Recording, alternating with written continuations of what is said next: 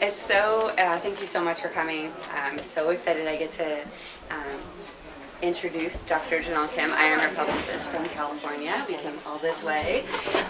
Dr. Jenelle Kim is a ninth generation master herbologist, doctor of traditional oriental medicine, and the founder and formulator at JBK Wellness Labs. And with that, now she is also an author of Myung Sung, The Korean Art of Living Meditation. So excited to introduce Dr. Jenelle Kim. Thank you all so very much for being here. I mean, really, it means so much to me. I'm so appreciative, and I'm so excited to be able to share Myung Sung, The Korean Art of Living Meditation with all of you. I don't want to be too loud, but I also want to make sure that everyone hears me. So please just communicate with me as we go. Does that sound good? Okay. I've been talking a lot, so my voice is not exactly how it normally is, but I want to be able to see everyone. Okay. So Jenelle, let's start with the number one question. Yes. What is Myung Sung, The Korean Art of Living Meditation? And let's discuss the 8 keys. I think that's a good question to start with. What is Myung Sung, the Korean art of living meditation? Myung Sung is a Korean word, and it is translated as meditation. One of the translations, right? And so what is living meditation?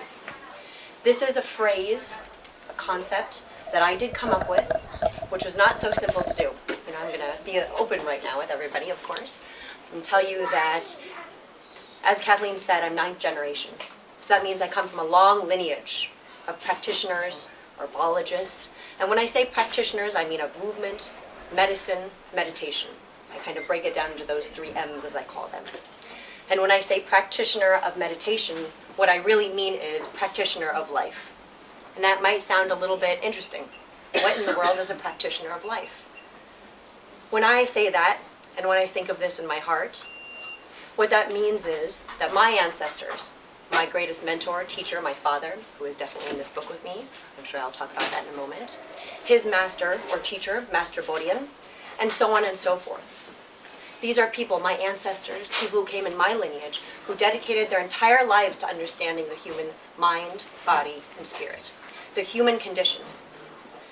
And they did this so that all of us could live that much more of a happy life.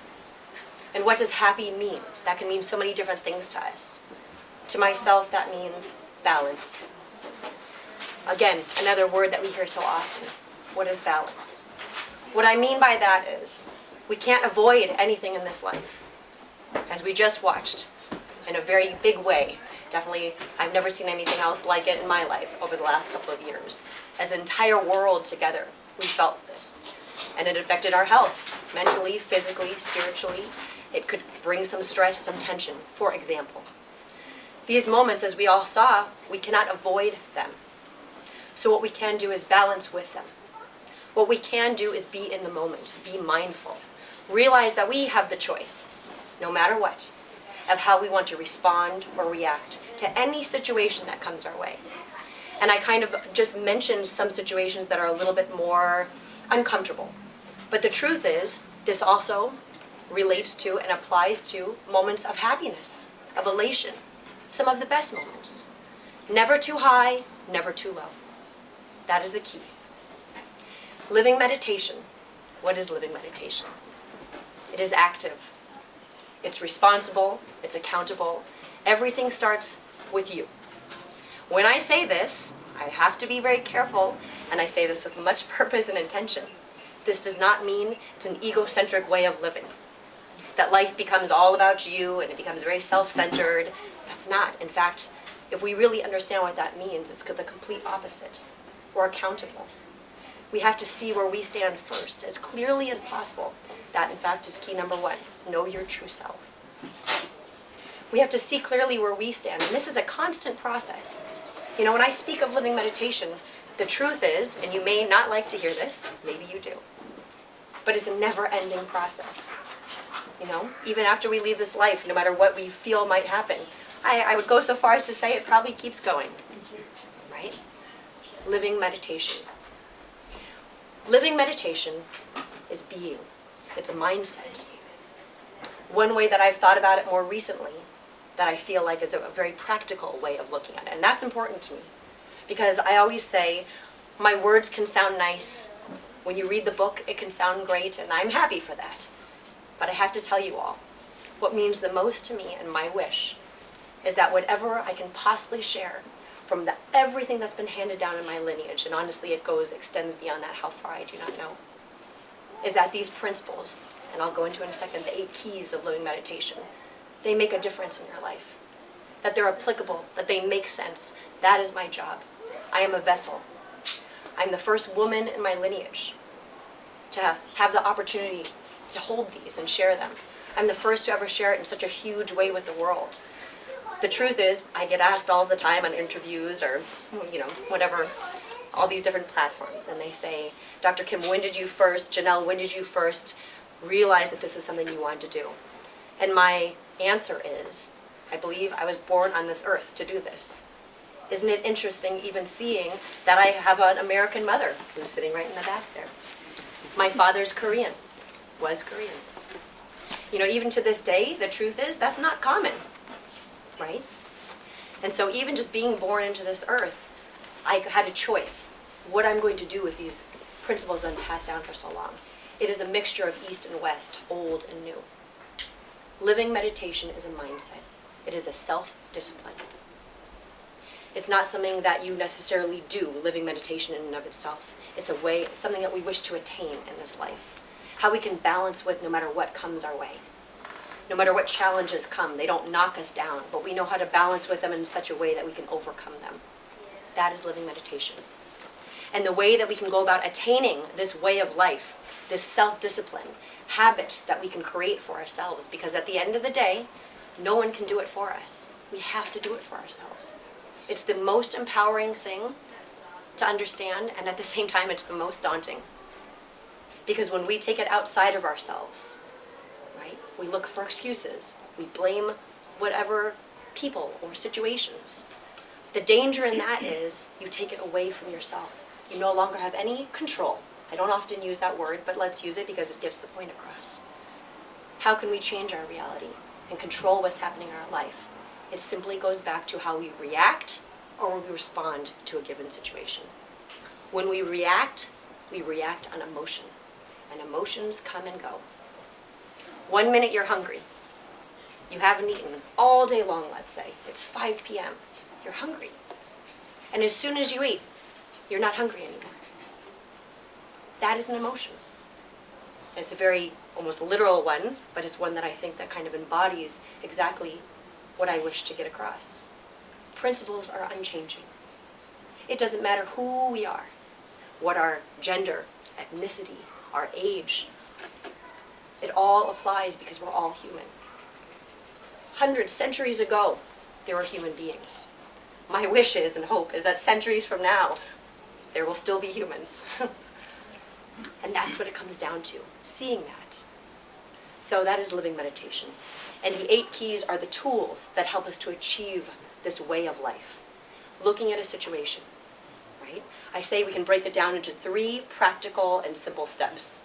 And here we are talking about the universe and the way of life, so it's not so easy, right? But it can. As profound and complex as it can also be so simple. Number 1, you ground yourself when you're in an uncomfortable situation, or whatever situation that might be. You're ready to walk into an important meeting. You're ready to go into an uncomfortable situation with a family member or a friend. You're parenting. My 2 young boys are here somewhere. When you step into a situation, we can think of these 8 keys. And before we even start to utilize one of these 8 tools, as I will call them, you ground yourself. What that can mean is we take a moment to take a breath. We hear this a lot. Have a couple breaths. Why? Because it gives us a moment to calm ourselves, to think clearly. Number 1, ground yourself. Remember, everything comes from inside you. All of the answers that you look for in this life come from within you and come from the world and nature around you. What a beautiful thing. When we take a moment to remember that we extend in this linear connection between all those who came before, all those who will come after us, to each other, right? Next is we change our perspective. Open your perspective. Think of the other person involved. Put yourself in their shoes. And this is just a couple of seconds. It's a way of training our mind, right? It's a way of training our mind that when we're in any kind of situation, we see clearly and we make a choice. Think a couple steps down the road. If I do this and I make this choice, there's a good chance this is where I'm going to end up. If I go down this road and make this decision, this is where I'm going to end up. What a powerful tool to have as we go about life. And then, very important, take action. So often words, we have these words, even mindfulness, awareness, meditation. These are words, they're just words. Unless we stop for a minute and absorb it. Right, there's a beautiful principle that's been passed down for some time, actually. And I know it by heart, but I'm in front of all of you, so I'll probably read exactly how it goes. Watch your thoughts, they become words. Watch your words, they become actions. Watch your actions, they become habits. Watch your habits, they become your character. And watch your character, because that becomes your destiny, your life. If each one of us attains this way of life, this way of living meditation, what it does is it makes us more aware. That is truly mindfulness. Mindfulness is being aware moment to moment, without any judgment, without that emotion. So just as we are all, I think as a world right now, meditation is something that we understand. You know, even 20 years ago, when I started in different industries, the wellness industry, the beauty industry, Eastern medicine, meditation, you know, people, at least in the West, in America, it was a foreign concept almost. And here we are now where meditation is the hottest topic. I'm grateful for that, but isn't it funny? And I'm a huge proponent of certain techniques, seated meditation techniques, standing, moving. In fact, I teach those techniques. But living meditation doesn't stop there. When you sit down to meditate, what is it that you're trying to achieve? Or when you have a calm, quiet moment, what is it that you try to achieve? Exactly everything in different words that I believe we just kind of had this moment as I shared. Being aware, gaining perspective. And so that is what I mean by living meditation. It's active, it's dynamic. It applies to every aspect of our life. Living meditation. And the 8 keys. Yes. One thing that is, you know, in this book, she tells a story about her father, and this is not something that's common. You know, we don't hear about 7-year-olds, you know, Vince's age, or oh gosh, 7-year-olds going up to a mountain to study. You know, discuss that experience, or discuss that part of the book about your father, and you know, was that, and talk about your father, and was he the inspiration behind this book? Okay, that's a good question, and this is true. So one of the ways that my father learned from his teacher, his master Borian is his name, was that he went to the mountains at the age of 7. He went to live in the mountains at the age of 7 for 7 years. And you know, the interesting thing is this is not something that I really have ever shared in such a huge way in my life, right? It's not something that seems very common. And the truth is, it's not very common. In East Asia, it is a concept, a way of life that is known. It exists. But it's not very common that you see someone go up at the age of 7 for 7 years and study. And so that's how these teachings, these principles were handed down to him. And that's exactly how his master was taught by his teacher. And so you understand, or we can kind of picture what an interesting thing to live in the mountains and have a whole other set of challenges, right? We used to discuss this, but it was his destiny to come down and live in modern life, basically give up his life being a monk and have a family, East and West, integrated as one, and be able to share these principles. So that's definitely a very big part of Myung Sung, and why I chose to have stories of my father and his master at the beginning of each chapter. In fact, I break down each chapter. Those are the 8 keys. Okay? And what in my mind's eye, what my wish was to show that connection through time, right? The understanding that no matter what time, who we are, they don't change. And so that was one of the reasons why in the beginning of each chapter I tell the story of my father and his master. And you see my father at the age, like you said, 7, 8, 9, up until 14, and how his master taught him. Is even the moment that my father went to find his master and be accepted, because it really works. It's like the movies, even to myself. It's like the movies. He waited outside of his master's cave, or amja, right? Set up a little bit more than just a simple cave, but we're in the mountains. He had to stay there for months, wishing to even be let in, and Master Bodhian paid no attention to him. At least that's what he thought. And it wasn't until months later, when Master Bodhian saw that my father, no matter what, no matter how many times, I'm sure, in his mind, as a young boy, he wanted to leave and give up, right? But he stayed on. He set his mind. And after a few months, Master Bodhian let him inside. And that's when he began teaching him. And teaching him in ways, as you'll see, similar to my father, that he would not necessarily sit down and just talk this way. In some way, that's almost too easy. When I was little, I used to think that myself, to be honest. Goodness gracious, I wish I could just be grounded. But I would never talk back. But the reality is, it was exactly that, living meditation, from a parent to a child, from a teacher to a student. Those same principles apply. And so that's how it has been handed down. That's how he learned these things. And so how interesting, once again, as an example, you, of course, can be living as a monk in the mountains of East Asia to this day. I think, for example, when I think of Shaolin monks, that's something that a lot of people are aware of now. They study, they practice the 3 M's, medicine, meditation, and movement in the mountains. And they devote their life, part of their life, to doing that. But what an interesting thing. We have to remember we can do that right here and right now. And that can almost be, in fact, I have heard from awakened individuals, including my father, that might be more difficult. Sure, you have to make sure you're not eaten by a wild animal when you're in the mountains. You have to find food. Simple survival, which we all have the luxury, for the most part, of not having to worry about. I don't think we're worried about a tiger coming in and eating us right now. Right? We have restaurants that we can go to dinner later. But here we are, balancing with reality, the things that happen in our day-to-day life, where I believe that as human beings, we all want to connect to something deeper, whatever that means, right? And that's the thing. That's the thing that the 8 keys actually go into. And I'll mention them quickly because I keep talking about them and open up the floor. Key number 1 is know your true self. And I really just touched on that. Everything starts from within. You always have the choice, no matter what happens to you, of whether to react or respond to a situation.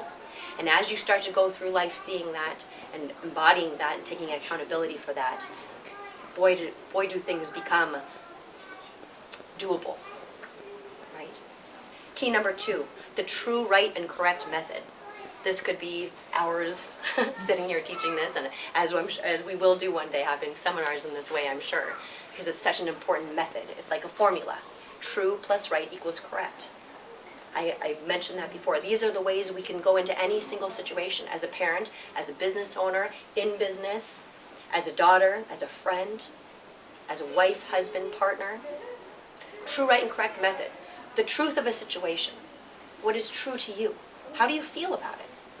That's very important. You have to start with yourself. Without you, you don't even exist, so none of this even matters. What's the truth of the situation? Acknowledge that. Be mindful of that in that moment. What is the right? The right, to really break this down, is like the black and white of a situation. Most of us could agree. Don't steal. Don't lie. To give us an idea. It's taking it a step out, changing our perspective, opening ourselves up, seeing where someone else is standing. This is so valuable. My wish is that when we all leave this room today, just think about it. And it's your choice at the end of the day if this is something that you would like to try yourself, no matter where you are. This is how I feel. This is how this person feels. This is probably the right thing to do in this situation. I should be kind. I should not steal. But there's life doesn't work that way. It's not always black and white. It's not necessarily A plus B equals C so beautifully for us. It is the Tao. It is the universe. We have to be rooted, but we have to go with the flow. So we have to arrive at the correct decision. So even in my mind, the number of times throughout the day, my family knows I say even that word correct as a reminder for myself. We all need that. That's the habits that we're wishing to build. We see the truth, how we feel, we look at the right, and we can arrive at the correct decision. And that means we have to make sure that our mind is functioning and active. Our heart is functioning and active. But at the same time, we have to make sure that we're not just going with our emotions. being taken by the winds of life. You know, a challenging situation comes and it just knocks us down. How can we keep living that way? That is where stress comes from, that we can't shake and balance. That is where anxiety comes from. That is where depression comes from. You get stuck, right? True, right, and correct. Key number 3, I'll move through a little bit more quickly. Stop being drunk on your own thoughts. This often seems to be something that catches people's attention, myself too. That's why I wrote the key exactly in those words. I'm not going to beat around the bush. Just stop being drunk on your own thoughts. What does that mean? Just as we can be intoxicated by drinking alcohol, we can get intoxicated from our own thoughts. So stuck, so zoomed in, that all we see is what we want to see, right? And really, and I'm going to do this. Is that normal? I've never done. If we open up, if we zoom out, how much more we can see. If you put yourself in someone else's shoes, it is your choice at the end of the day how you wish to treat them. But maybe, just maybe, we'll see a little bit more clearly what our actions are going to do to that other person, to those other people. Right? It's very powerful. So, I say it's like we're inside, we're all wearing sunglasses, and then we complain it's too dark, and we start telling her, you know what it is, Watkins, it's too dark in here. We have to do something. I never even stopped to think that maybe it's because I'm wearing dark sunglasses. So take off your sunglasses. See clearly what's happening. Don't point the blame. I was always taught growing up, when you point the finger, 3 are pointing back at you. Right? Very powerful to live life in this way. Key number 4, very important, and I love, I'm kind of going through our format here, but I'm just going to keep going. Key number 4, become a legacy of goodness. How will you be remembered? Right? I say, we've been talking about this because here in the UK, I have to say I really appreciate and enjoy what I have heard that in this year of Jubilee, one of the things that the Queen has recommended or asked is that everyone plant a tree. What a beautiful thing. You know, that doesn't happen, at least that's what I've heard. This is great. Right? What a beautiful thing. And what this comes down to is, and that kind of was a visual to myself, that's exactly what it's like in life. What seeds are we going to plant for the next generation? This is very important to myself. One of the reasons I sit here. That's my inspiration. Each one of us in this life, I highly recommend, we need a spark. That's the word that kind of collects what I'm thinking when I want to express this, a spark. What is going to get you out of a moment when you are feeling so down? When you're feeling so stuck? What is it? You have to know this, or you don't. It's your choice. But it is my recommendation that you have that. Is it gratitude? Is it your family? Right? Is it the fact that you are part of this lineage, and as people used to say, Jenelle, you carry the world on your shoulders. Well, yes, I do in some sense. It is my choice. But if I don't share this, my goodness, I don't want to be the one who... They'll keep going, these principles. How will you be remembered? What seeds will you plant? Good seeds that are going to flourish in some way, shape, or form to benefit. I look at my children, Jack, perfect timing, that was almost as he walks up the stairs. The next generation. Or are we going to plant seeds that, let's be honest, bad seeds that don't do anything? It'll still be, you know how brilliant the universe is, and life, the way of life, it'll still be useful, but it'll become like fertilizer. What did you leave behind? On the day you leave this earth, what did you do here? And it doesn't have to be so grand. It doesn't. It can simply be that today you were having a hard day and someone walked by you, and instead of treating them incorrectly, you smiled. It could be as simple as that. Kindness. Putting yourself in other people's shoes. Okay, now I'm going on too long. Key number 5, seek connectedness and honor. Honestly, this extends from everything I just said. Remember that we're all connected, and that makes a huge difference. Honor is having respect for where you stand from where I'm standing. Connectedness, remembering that we all are part of that connection before I was born, after I was born, whether we are across the ocean from each other, we are all connected. Key number 6, again, basically we've already discussed. Change your reality for the better. Just like the flip of a switch. When you make a certain correct decision or incorrect decision, you can change your reality. One word can make a difference. One action, I'm moving to number 7, I should stop. Comes naturally, then all the keys start coming together. But change your reality for the better. Remember, you hold the power. No one can take that from you. What an incredible thing. And the beautiful part, I don't think I mentioned this before, of living meditation and practicing the 8 keys. Nobody has to know what you're doing. You can be sitting there and they might think, well, is she here? Because maybe for a couple of seconds you're in an uncomfortable situation and you just look at them because you are doing just that, taking a breath, grounding yourself quickly within a couple of seconds, seeing if I do this, this is going to happen. It also makes you much more of an intelligent person, right? The wisdom and the knowledge. Very Confucian. But you can change your reality like a flip of a switch, and it's important to be aware of this. Because in our life, we might not even be aware of that. And we make one action, let's go on this way, one incorrect decision, and it changes the entire course of your life. And I don't necessarily mean to be so extreme, but life does work that way. And I don't know how many people say this, and so I'm not afraid to say it, because we have to be aware of that. Life is short. Key number 7, it only takes one match to light 1,000. This is one of my absolute favorites. This is very much what my father, who I didn't necessarily start this way, but I will share now. Certainly I want to keep the mood up. But I lost my father 6 years ago, very unexpectedly. And it was my absolute worst nightmare. There's no other way to put it. And the way that I am able to continue to carry on his legacy, my family is all part of this. Now all of us are part of this. That's the beautiful part. We're all connected now in that way. Exactly exemplifies, I'd like to say, this key number 7. It only takes one positive action, one positive person, one positive thought to ignite 1,000 more. However, it's the yin and yang of the Tao of the universe. Just as we have day, we have night. We have masculine, we have feminine. We have loud, we have soft. We have positive, we have negative. Just as there is positive, there's also negative. Again, I think we could all agree that in some way, shape, or form, we've seen that in a more extreme way in these last couple of years. So just as that applies to the positive, it applies to the negative. One negative thought, one negative action, one negative word can ignite 1,000 more. That is how powerful. My father, this is where I was kind of leading into this, he gave so much positive, and I see what that has done. That is one of the reasons I am so inspired to put it in writing, which between us is not so easy to take these principles of the Tao and the universe and now simply put them in a book. Watkins, I could not be more grateful. But when I got the call, they said, can you do this in a year, Jenelle? Of course, yes, of course I can. And then I hang up the phone, oh my goodness, I have to do this in a year. And finally, key number 8. This one I find is very helpful, very useful, very practical in my life. As a business owner of multiple businesses, as a mother of 2 young boys, as a daughter to my extended family and my own mother,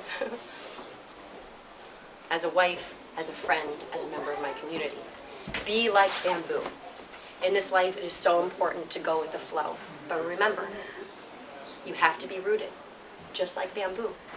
We hear this go with the flow. I'm a huge proponent, but we can never forget that rootedness. Bamboo is, we know this, the roots are so strong. Sometimes you can't even plant it. I couldn't plant it in our house because the roots one day are going to come and probably mess up all the plumbing.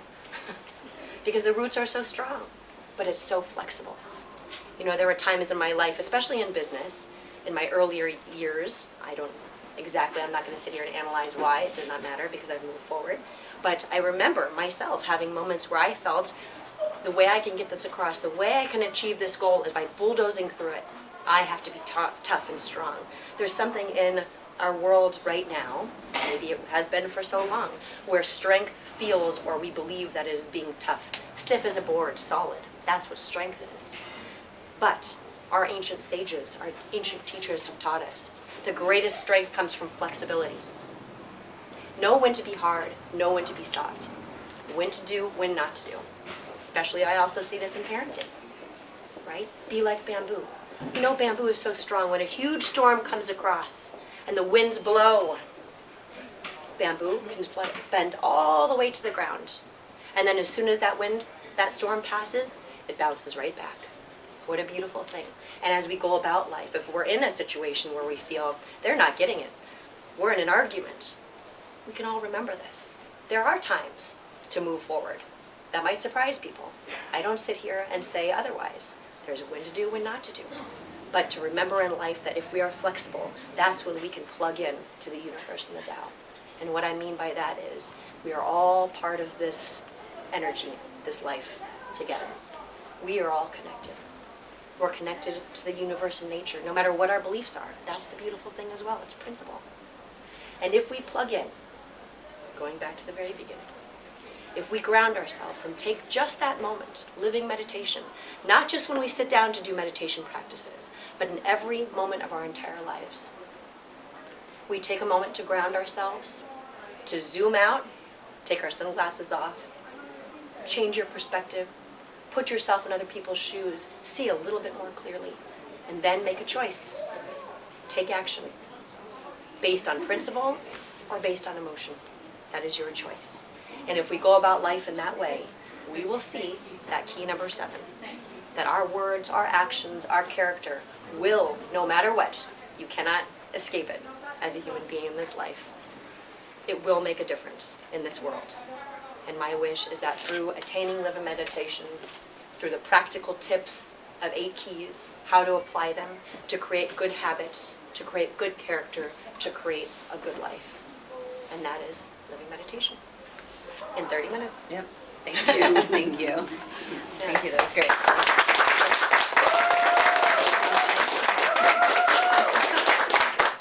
So we'd love to, if anybody has any questions, we'd love to hear them. So please feel free. Yes. My question is, Yes. you mentioned your father. Did Yes. he write a book or?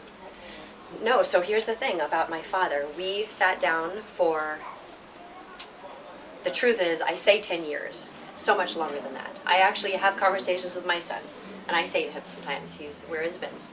I say, Vince, do you know at your age? I would sit next to, it was just a natural thing with me that I had to choose at some point, but I stood next to him all the time. It was just a funny thing, hearing and absorbing. And so my father would constantly share stories of his life, principle, constantly communicating this to us.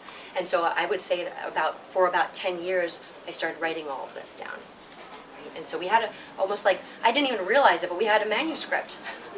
What a funny thing, what an interesting thing, right? And so it was his wish. Actually, my mom will remember this. When I was 13 years old, he would cut out little clippings of, like the person who went to college at the age of 13 and like graduated from Harvard. And I'd come home and see this in my bed. I'm like, oh my gosh, that's a little bit of pressure.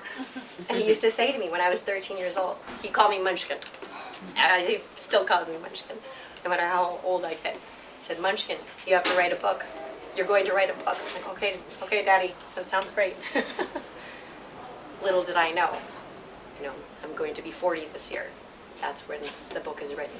So I really appreciate that question. We had a manuscript that we did not even necessarily know, notes that we wrote down, and then now I understand what he meant. I see that I assumed the role, I made the choice to put this together and put it out in the world. I'm so grateful that in a pretty short amount of time I was able to find Watkins, and they found the book. Now it's distributed by Penguin Random House in the United States. It truly is a wish, and as far as I'm concerned, it's just begun. So, thank you. Perfect. Yeah, great question. Any other questions? Do you actually have classes, formal classes? So that is something that is happening actually a lot quicker than I expected. I always knew that somehow, some way, probably each of these keys, because anyone who knows me knows I am always thinking in this way, how I can share everything. And so, on the wellness and beauty side, I've been in the beauty and wellness industry for over 20 years. My lab, JBK Wellness Labs, we make products, so I'm not going to go into that too much. So I have educated for 20 years now on kind of the wellness, the medicine formulation side, from skincare to internal supplements. And now, moving quicker than I thought, we're moving into the philosophy of it all. So the answer is yes. Probably it's happening much sooner than I would have thought. And I believe what I will do is probably break down the 8 keys into different seminars, and from there, it really is endless. And actually, just recently through Meditation Magazine, which is a really incredible platform, they are opening up a virtual platform, I think is a good way of putting it, of meditation teachers. And I'm one of the 6 that they chose to basically ask to share virtual courses, which was a really special, again, the 3 M's, I didn't think movement would be coming this fast, but that's what the universe is calling for, be like bamboo. And so that should be available actually pretty soon. where I go into very quick and effective ways of movement that, in my experience, in my life, like I said, handling many things, many balls in the air, I have found that while practicing 8 keys, living the way of living meditation to the very best of my ability all the time, that when I have moments of stress, actually movement is one of the quickest ways to get me into that place, that mindful place. In fact, I imagine many of you probably practice some kind of technique, or at least might have thought about it, meditation. But the ancient, what has been passed down for centuries, from martial artists, yoga practice, usually before you sit down to meditate, you do movement. It's a quick way to, even 3 minutes, you're meditating for 15 minutes, let's say, break it up easier, you move for 5 minutes. Then you sit down to do your meditation for 10 minutes. That is actually a very quick and effective, not the only way, but a way that I highly recommend and has been passed down to me as well. And if you look carefully, you see that in your yoga classes, in your martial arts. So you do certain movements, even if it's breath work, stretching. It doesn't matter. What happens is you are able to really connect your mind and body. Right? The hardest thing is when you sit down to meditate and then you can't even begin to clear your mind. And then now meditation, one of the reasons why I call it living meditation, I kept seeing so many amazing thought leaders out there, meditation teachers, practitioners. I couldn't be more grateful that they're sharing. But this is what I saw. I saw people stressing because they couldn't meditate. And that is exactly the opposite of what meditation is. And that's honestly where this idea of living meditation first started. We have to take it back a step. Let's root it a little bit more. If we're stressing out because we can't meditate and then we sit down to meditate, guess what? It's going to be a very hard road to walk down. And someone needs to tell people this. There's nothing wrong with you. It's completely normal. So I went off a little bit, but I think hopefully these points are helpful. So, yes. Any other questions? Janelle? Oh, yes, Laura. Sorry, coming all the way from the corner in the Yes, back. yes. This is obviously just the start of your journey. Yes. Can you share a little bit about aspirations for the future and what's next? Yes, Laura. Laura's teaching classes on the 3 M's, which you'll find in the book. And I briefly mentioned medicine. I will continue to do my work educating and creating formulations that are behind, that you'll find in a lot of, in, Bergdorf Goodman, and in the U.S. it's Nordstrom's, Neiman Marcus, your Four Seasons, Ritz-Carlton's. I will continue to do that and share formulas, herbal medicine. Movement, I will start to share that, and I know where Laura is leading to. The meditation aspect, this way of life, I will definitely continue to write more books. In fact, it's already happening as we speak. Which direction, there's a lot. I could have lifetimes of books, Laura. I think that's what you wanted to hear. The decision has to be, which one do I want to start with, and I think I already have an idea. And possibly a little teaser, not even necessarily intentionally, but it is I think it's pretty important to me in some way, shape, or form. The next book will, of course, continue to focus on our children, the next generation. Because if we can start to have them understand these habits, as I did. I wasn't necessarily aware of it in this way growing up. But when I look back, my goodness, I have walked through some ups and downs in this life, that is for sure. And when I look back, I don't know what I would have done if I didn't have this. And it doesn't mean life is perfect and I don't ever have stress. The key is being natural. That's what it is. I feel like sometimes when we think of, I'll say it in this way, when I speak on the wellness side, I've had numerous people say to me when I go up on stage and speak, they say, Janelle, it's as if you should just come out as an old man, an old Asian man with a bald head and a long beard, right? And I get that. It's funny, but it's true, and here I come out. Good, I'm glad. I hope it's a shock factor. Maybe everyone will. But I'm going off a bit. But natural, being natural. We all can apply this, whether you're a monk, a master in the mountains of East Asia, whether you're a Korean American here in London, turning 40, running businesses, wanting to be the best daughter, the best friend, the best wife, the best mother. I can be me, and I can practice all of this no different than my father did when he was in the mountains. And that was his wish. That was his wish, to share that with the world. And he wanted to exemplify that. I did this. And sometimes he even said to us, sometimes I want to go back into that mountain. It's so much more peaceful there. And I'd say, no, you cannot leave. Now I say, he's in his mountain. But Yes. So anyways, if we're able to teach our children this at a young age, how to be natural, how to embody all of this, do the things, have the things if you wish, but never be lost in them, right? Never lose yourself. Always have that purpose. So that's what I wish to do, Laura. You already know this. Any other questions from anybody? No? All right, Jenelle, so I guess I'll ask one really quick and we'll just, Okay. we'll close it here. But what is the one key that you think the world needs most right now? If you had to choose one. Okay. It's like, which child is your favorite? I'm supposed to say that. Thank you, Kathleen. I was almost done. No, I'm just joking. Right now, I believe key number 7, one match to light 1,000. If we really do embody that, right? One positive action. I'm gonna end on the positive note. We already talked about the negative, but I'm gonna say it one more time.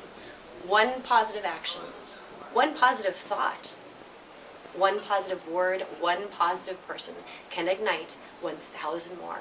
How powerful. From the moment we're all here together. And let me say again how special this is. I mean, what a beautiful, amazing thing. And thank you so much, you know, from the bottom of my heart. How special. You know, coming all the way from California, here I am with all of you. And this is what I'm talking about. This is certainly a very special room. Don't tell anyone, even though I'm on live. Because it surrounds something so very sacred and special in this manner, right? But wherever I've traveled around the world, what a beautiful thing to look around and remember on that same principle, that we're all human. We're all connected. I never understand, and I'm going to go out on a limb here, how the first thing is looking at how different everyone is, how different my thoughts are and your thoughts are, how different our opinions are. This is what I want. This is what they want. You know, I get that. That's reality. Fine. Like I said, be natural. We live in this life. We can't avoid it. But if even all of us go out right now after we leave Watkins bookstore and are just that much more aware of this, how different our world will be. And that very much gives me hope and motivation in this life. So, key number 7. Yes. Thank you. Thank you.